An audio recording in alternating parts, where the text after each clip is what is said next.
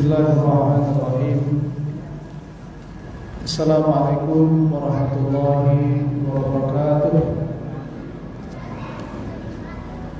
Innal hamdalillah nahmaduhu wa nasta'inuhu wa nastaghfiruh wa na'udzu billahi min shururi anfusina wa min sayyiati a'malina. May yahdihillahu fala mudilla lahu wa may yudlil fala hadiya lahu. Asyhadu an la ilaha illallah wahdahu la syarika lah wa asyhadu anna Muhammadan 'abduhu wa rasuluhu alladzi la nabiyya ba'dah. Allahumma shalli wa sallim wa barik ala sayyidina Muhammadin wa ala alihi wa sahbihi wa man da'a bi da'watihi ila yaumiddin, amma ba'd. Bapak Ibu hadirin wal hadirat jamaah yang dirahmati Allah Subhanahu wa taala. Alhamdulillah, kita bersyukur kehadirat Allah Subhanahu wa taala. Kembali kita membahas tentang sejarah para nabi dan rasul, dan untuk kisah tentang Nabi Ibrahim alaihissalam ini merupakan pertemuan yang ketiga, karena memang sejarah tentang Nabi Ibrahim alaihissalam ini cukup panjang dan kompleks. Pada pertemuan yang lalu kita sudah mengisahkan perjalanan hidup Nabi Ibrahim alaihissalam di kampung halaman beliau, yaitu di Babilonia, dan Nabi Ibrahim alaihissalam berhadapan dengan kesesatan kaumnya, yaitu menyembah berhala. Dan dalam hal ini kita sudah banyak mengambil hikmah dari apa yang dilakukan oleh Nabi Ibrahim alaihissalam kepada kaumnya, berupa argumentasi yang tidak bisa dibantah. Sehingga apabila kita dalami sejarah Nabi Ibrahim alaihissalam ini, ada hadis Rasulullah SAW yang menyebutkan, terutama yang diriwayatkan oleh Imam Ahmad, bahwa Rasulullah SAW bersabda, "Lam yakdzib Ibrahim illa thalatha kadzibat." Nabi Ibrahim, kata Rasulullah SAW, tidak pernah berdusta melainkan hanya 3 kali. Qauluhu hina du'iya ila alihatihim faqala inni saqim. Perkataan Nabi Ibrahim ketika diajak oleh ayahnya untuk keluar merayakan sebuah perayaan agama ataupun ritual. Kemudian Nabi Ibrahim mengatakan, inni saqim, aku gak bisa ikut. Kenapa? Karena aku sakit. Kira-kira Nabi Ibrahim ketika bilang sakit, beliau dalam keadaan sakit enggak, Pak? Tidak. Tapi supaya diperkenankan untuk tidak ikut, Nabi Ibrahim mengatakan, inni saqim, aku sakit. Jadi dalam ilmu mantik atau ilmu balaghah, kalimat-kalimat ini bisa bermakna dua. Kalau maknanya sakit di sini artinya adalah sakit fisik, berarti Nabi Ibrahim berdusta, karena ketika itu Nabi Ibrahim sedang tidak dalam keadaan sakit fisik. Tapi kalau ditarik kepada makna yang lain, artinya inni saqim, aku sakit, maksudnya di sini adalah sakit hati. Nabi Ibrahim tidak berdusta, karena memang Nabi Ibrahim sedang merasakan sakit hatinya ketika melihat kesesatan kaumnya menyembah berhala. Jadi dari satu sisi dianggap berdusta, tetapi dari sisi yang lain, Nabi Ibrahim maksud sakit di sini adalah sakit hati, dia tidak berdusta dalam hal ini. Ini yang pertama. Kemudian yang kedua, wa qauluhu bal fa'alahu kabiruhum hada. Ketika dia mengatakan, yang menghancurkan patung-patung ini yang besar ini. Ya kan? Yang menghancurkan patung-patung ini adalah yang besar ini. Yang semuanya dihancurkan oleh Nabi Ibrahim. Kemudian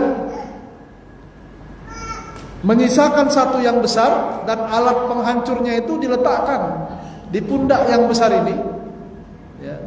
Kemudian Nabi Ibrahim mengatakan, "Fas'aluhum in kanu yantiqun." Tanyalah ini yang besar ini, kalau memang dia bisa berbicara. Nah, jadi kalau dari sisi logika, ya, tidak mungkin di sini Nabi Ibrahim dikatakan berdusta juga. Kenapa? Karena yang dikatakan Nabi Ibrahim itu pastilah sesuatu yang tidak benar. Ya, masa pula patung yang besar ini bisa menghancurkan kawanannya, ya kan?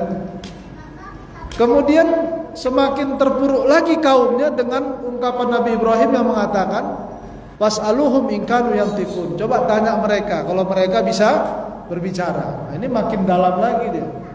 Ya.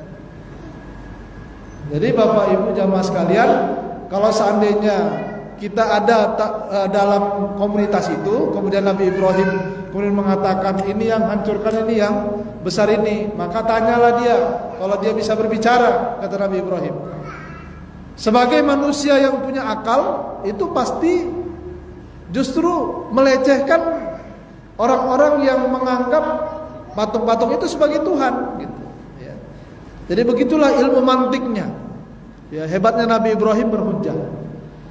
Memang secara kasat mata seolah-olah Nabi Ibrahim berdusta, tetapi pada hakikatnya yang disampaikan Nabi Ibrahim itu adalah kebenaran, bukan dusta.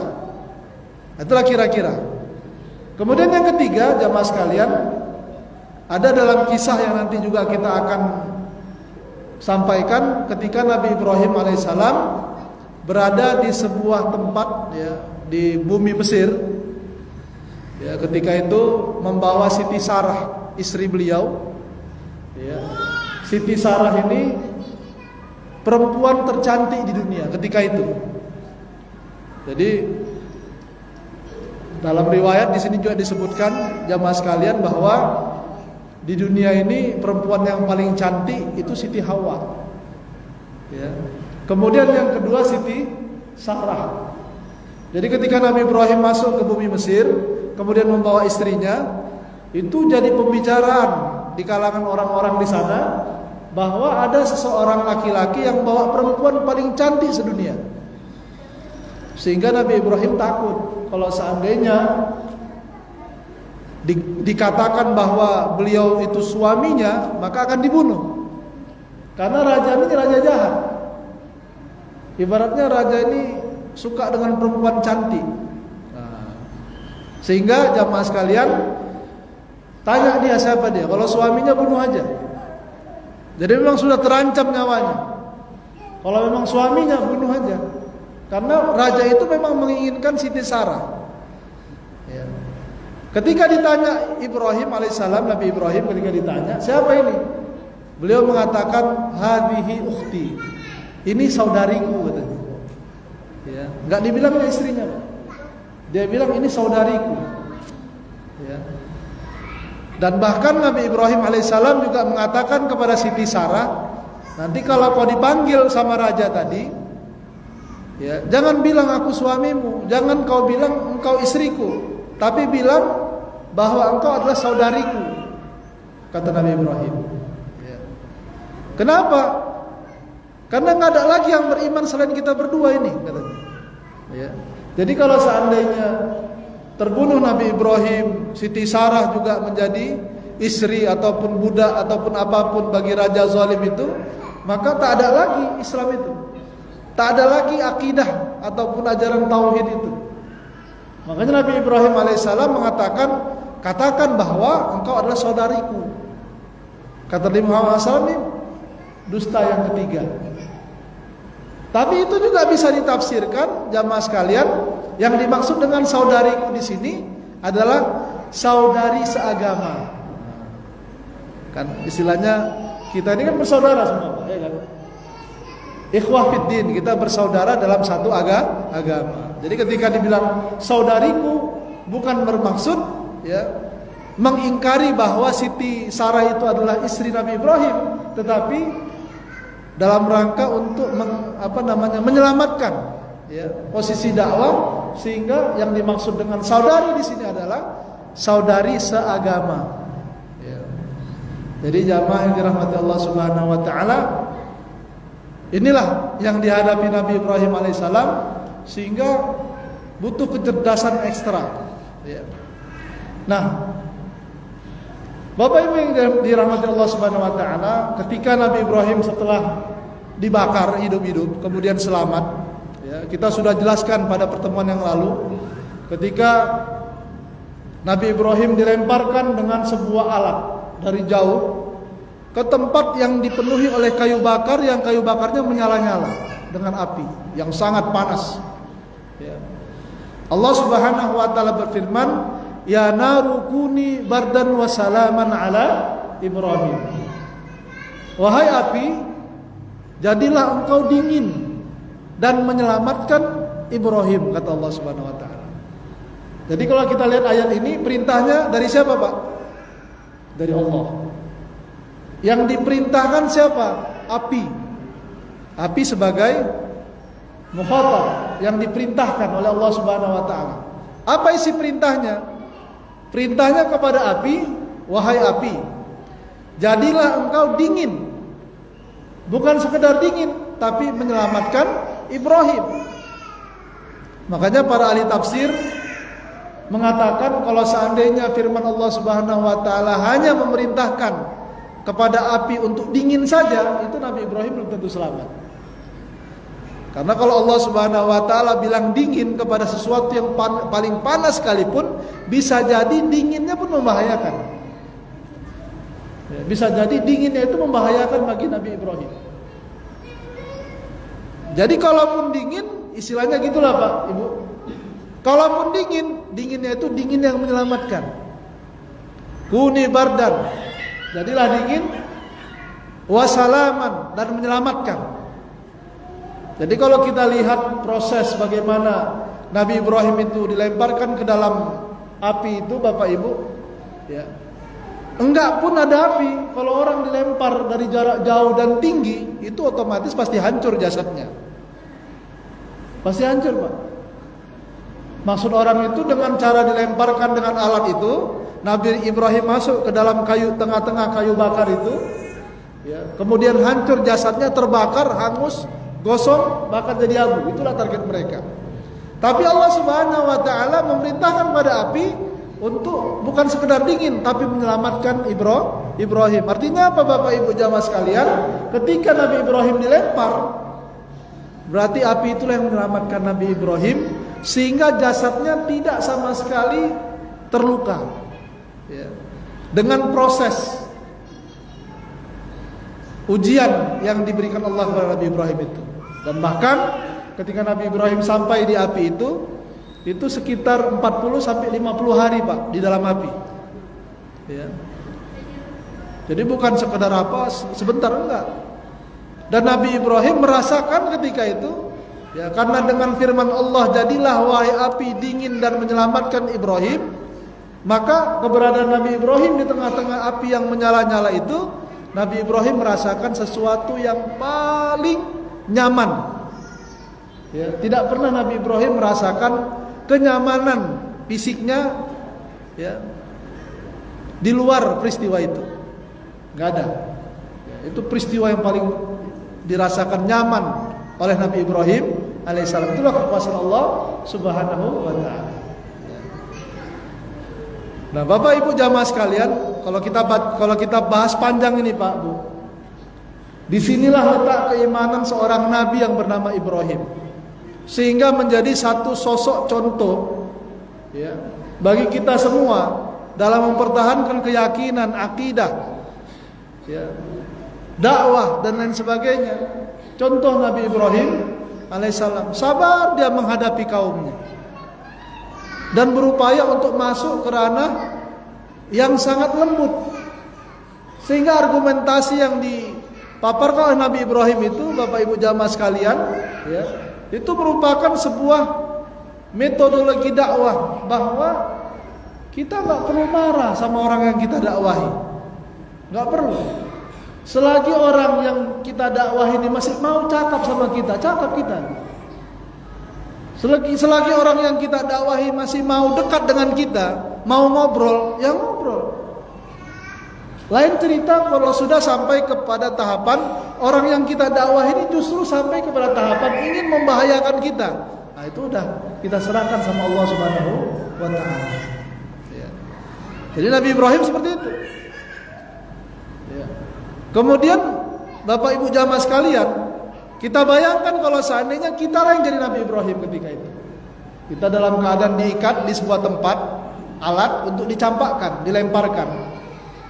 Kemudian dilemparkan di sebuah tempat yang ada kayu bakar, dan kayu itu dalam keadaan menyala-nyala, apinya menyala-nyala gitu. Ya. Ketika mau dilemparkan, keyakinan kita ketika dilemparkan itu Bapak Ibu jamaah sekalian, pasti kita yakin ketika kita dilemparkan itu ada sesuatu yang terjadi pada diri kita. Yang pertama, diri kita ini, badan kita ini pasti hancur karena dilemparkan dari tempat yang jauh dan tinggi. Kemudian yang kedua, badan kita pasti terbakar. Yang ketiga, badan kita ini pasti gosong. Yang keempat, bisa jadi debu. Itulah sunnah alam yang ada pada Nabi Ibrahim. Dalam pikiran beliau pasti itu. Ya. Kalau seandainya kita lah yang jadi Nabi Ibrahim, mungkin kita sudah nyerah, Pak. Ya, udah pasang bendera putih gitulah kira-kira, udah menyerah. Ya, tapi Nabi Ibrahim enggak. Kenapa? Karena yang disampaikannya betul. Jadi Bapak Ibu jamaah yang dirahmati Allah Subhanahu wa taala, itulah ya contoh keyakinan yang kuat kepada Allah Subhanahu wa taala. Ya, sama dengan Nabi Musa ketika dikejar-kejar Firaun, ya. Kemudian di depannya ada Laut Merah, di belakangnya ada tentara Firaun. Ya. Tiba-tiba perintah Allah, idrib bi asaqal bahar, disuruh pukul tongkat ke laut. Kalau kita jadi Nabi Musa, secara hukum alam, apalah artinya tongkat itu dipukulkan ke laut? Pasti nggak ada jadi apa-apa. Laut tuh nggak mungkin terjadi apa-apa. Kita kan karena sudah tahu aja ceritanya bahwa ketika tongkat itu dipukulkan, dia terbelah dan jadi jalan. Coba kalau kita jadi Nabi Musa ketika itu, mungkin kita pun sudah ngempas. Masa udah kayak gini situasinya disuruh pukul tongkat ke laut, nggak masuk akal gitu. Mungkin Nabi Musa tanya, kalau di tongkat ini dipukulkan ke laut, apa yang akan terjadi? Udah pukulkan aja, kata Allah. Jadi bagi kita Bapak Ibu jamaah sekalian, ya, hanya melakukan asbab, ya, penyebab-penyebab kemenangan yang diperintahkan Allah Subhanahu wa taala, walaupun enggak masuk ke dalam akal kita. Termasuk Nabi Ibrahim alaihissalam. Jadi Bapak Ibu jamaah yang dirahmati Allah, ini hebatnya. Dan kejadian Nabi Ibrahim dibakar hidup-hidup, kemudian selamat dalam keadaan selamat, kalau zaman sekarang ini viral. Ketika itu viral. Jadi semua orang tahu bahwa ada di tempat tersebut seorang yang bernama Ibrahim melakukan segala apa yang sudah dilakukannya, kemudian mau dibakar, kemudian nggak mempan gitu. Viral. Kalau bahasa kita ini sakti betul Ibrahim ini gitu lah kira-kira. Ya. Viral. Sampai ayahnya juga ngomong, ayah Nabi Ibrahim yang musyrik itu juga ngomong kepada Ibrahim, "Wahai Ibrahim, keren kali Tuhanmu itu." Jadi ayahnya bilang Tuhan Nabi Ibrahim keren gitu. Tapi nggak masuk Islam juga. Ya. Dibilangnya memang betul-betul keren lah itu Tuhanmu itu, kata ayahnya. Dan bahkan kaumnya yang menyaksikan peristiwa itu, mereka sudah pasti menganggap bahwa Nabi Ibrahim itu keren gitu. Ya, tapi mereka tidak beriman. Ya. Jadi Bapak Ibu jamaah yang dirahmati Allah, ya, kalau zaman sekarang kita heran gitu ya, ada orang cakap tentang apa-apa Pak. Ya. Dia ngomong bahasa Arab, tapi saya pun nggak ngerti bahasa Arabnya apa gitu. Pengikutnya ada juga gitu. Ya. Santrinya juga banyak. Ya. Dan yang aneh juga, mohon maaf, ada pula ya, entah jenderal entah apa gitu yang datang minta wangsit, nasihat gitu ya. Bahasa Arab itu nggak jelas. Tapi Bapak Ibu jamaah yang dirahmati Allah Subhanahu wa taala, semestinya Nabi Ibrahim ini ketika itu terjadi, pasti semua orang satu dunia ini pasti masuk Islam itu, Pak. Ya kan? Ada nggak sesuatu yang lebih hebat daripada itu? Nggak ada. Tapi itulah faktor hidayah. Ada kehebatan yang seperti fata morgana, sebetulnya tidak hebat, tapi seolah-olah hebat gitu. Ya. Dianggap hebat, banyak pengikutnya. Ada yang memang kebenaran, al-haq, seperti yang terjadi pada Nabi Ibrahim ini, al-haq yang tidak bisa dibantah. Itu pun nggak ikut juga orang. Sudah sampai segitu pun mukjizat yang diberikan Allah kepada Nabi Ibrahim, tapi tidak ada yang beriman kepada Nabi Ibrahim alaihissalam. Coba ujian apa lagi, Pak, yang lebih besar daripada ini? Nggak ada, saya rasa. Kita baru ngomong ini, orang nggak percaya dengan omongan kita udah ngeluh. Ya. Atau kita berdakwah ke sana kemari, ngajak orang, ayo sholat, BKM misalnya, ngajak orang sholat pada nggak mau, udah mengeluh. Nabi Ibrahim, ya, sampai kepada tahapan dibakar, kemudian nggak mempan, kemudian beliau dalam keadaan sehat walafiat, tidak ada kekurangan, kurang satu apapun, ya. Itu mukjizat yang luar biasa. Setelah peristiwa itu pun tidak satu pun orang yang beriman kepada Nabi Ibrahim alaihissalam. Begitulah kuatnya, ya, perumpamaan yang diberikan Allah Subhanahu wa taala dari kisah ini. Sampai akhirnya Bapak Ibu jamaah yang dirahmati Allah, peristiwa ini diketahui oleh seorang raja yang bernama Raja Namrud. Raja Namrud ini Bapak Ibu, ya, sebagaimana dalam kitab ini di sini ada juga nasabnya disebutkan. Pada ketika itu disebutkan fa innahu qad malakat dunya. Ketika itu Raja Namrud itu jadi raja dunia, Pak. Jadi dunia ini semua rajanya cuma dia. Itulah Raja Namrud. Ya, kalau sekarang kita ini kan banyak apa namanya, kepala negara, ya kan? Banyak raja dan banyak kepala negara. Di Brunei ada raja, di Saudi ada raja, di mana ada raja, kan? Presiden, di mana-mana ada presiden. Pada saat itu, Bapak Ibu jamaah yang dirahmati Allah, itu Raja Namrud itu raja dunia, tidak ada raja lain selain Raja Namrud. Begitulah kekuasaannya Bapak Ibu jamaah yang dirahmati Allah. Sebagaimana dalam kitab ini disebutkan, fi ma dzakaru arba'atum mu'minani wa kafirani. Jadi raja dunia itu dalam sejarah ada 4. Ya, raja dunia mungkin berbeda zamannya. Ketika di zaman Namrud rajanya, ya. Jadi ada 4 raja ketika dia berkuasa, dia sendiri yang jadi raja ketika itu, yang menguasai dunia. Mu'minani wa kafirani, ada 2 yang mukmin dan ada 2 yang kafir. Raja mukmin 2, raja kafir juga 2, tapi berbeda masa, ya. Fal mu'minani Dzulqarnaini wa Sulaiman. Yang raja yang beriman, yang menguasai seluruh dunia itu Dzulqarnain dan Nabi Sulaiman. Jadi dalam surat Al-Kahfi ada kisah tentang Dzulqarnain. Kemudian yang kedua Nabi Sulaiman, ya, di mana raja-raja itu takluk di bawah kekuasaannya, termasuk Raja Saba, Ratu Saba. Kemudian wal kafirani, adapun raja dunia yang kafir itu yang pertama Namrud. Nah, inilah dia Raja Namrud namanya. Kemudian yang kedua Bukhtanasar. Bukhtanasar ini juga raja yang menguasai dunia. Jadi Bapak Ibu jamaah yang dirahmati Allah, bahkan Fir'aun pun yang sering kisahnya diceritakan Allah dalam Al-Quran, itu bukan raja dunia, masih raja teritorial. Nah, Raja Namrud ini raja dunia. Kapan? Di zaman Nabi Ibrahim alaihissalam.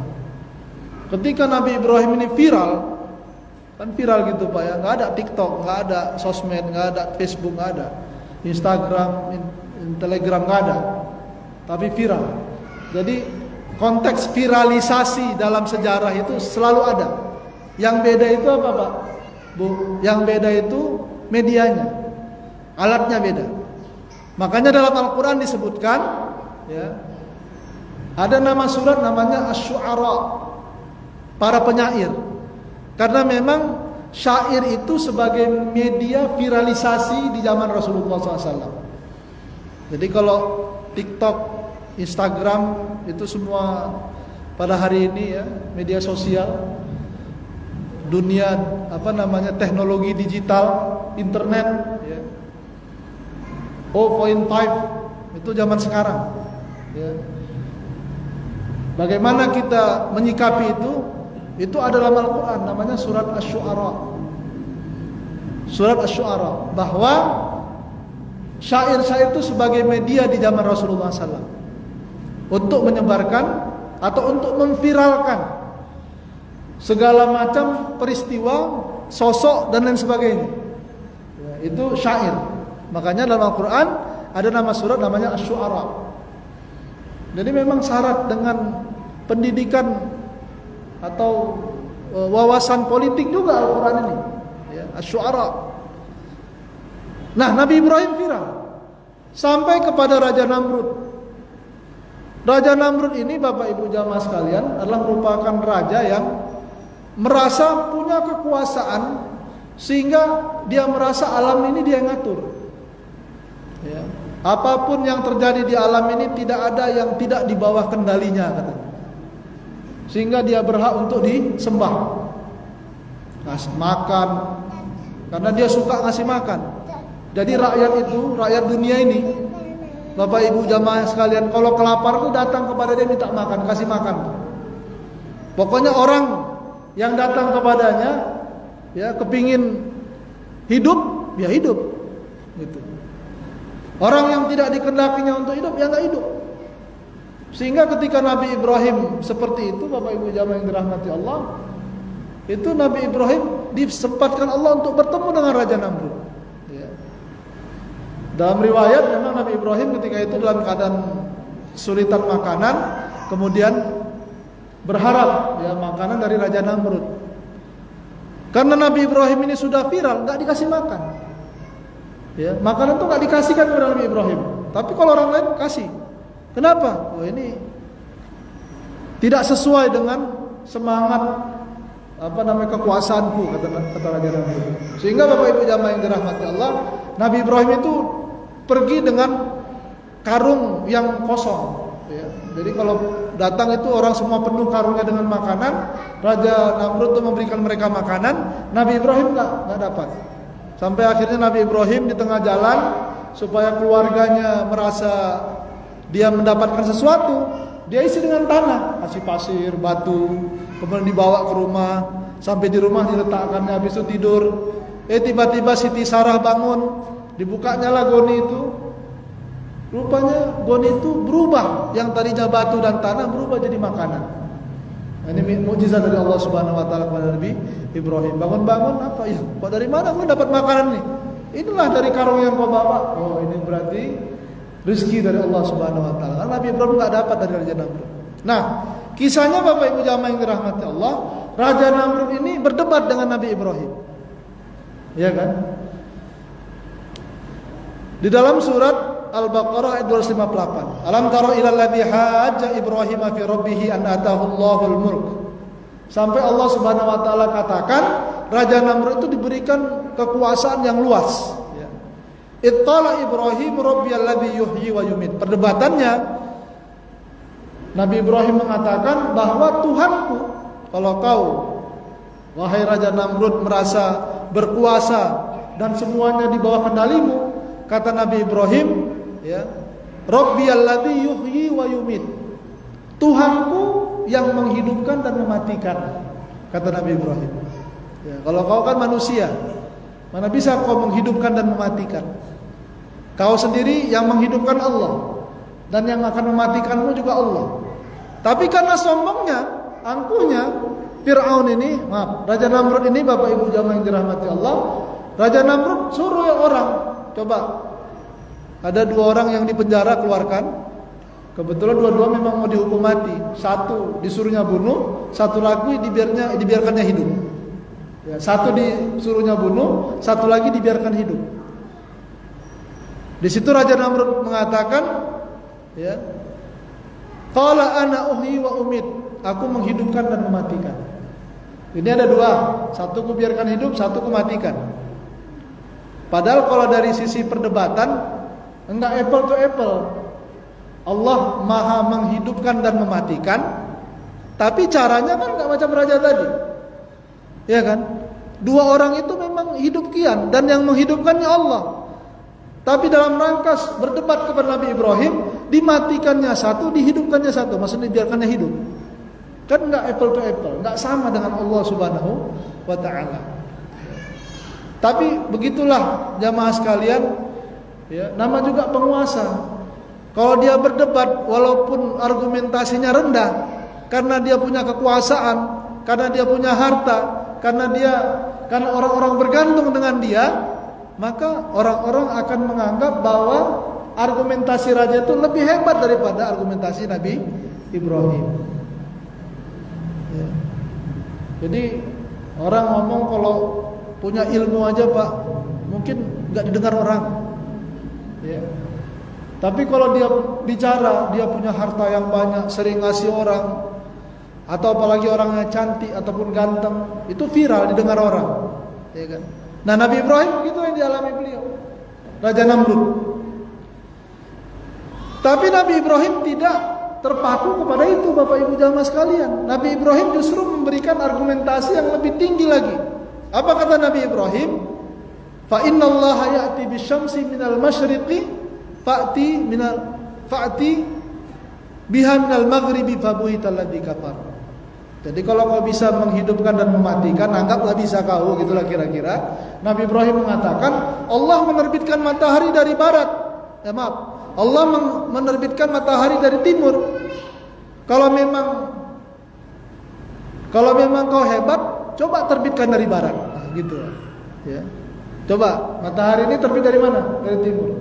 Kalau memang hebat kau mengendalikan alam raya ini, coba terbitkan matahari dari barat, kata Nabi Ibrahim.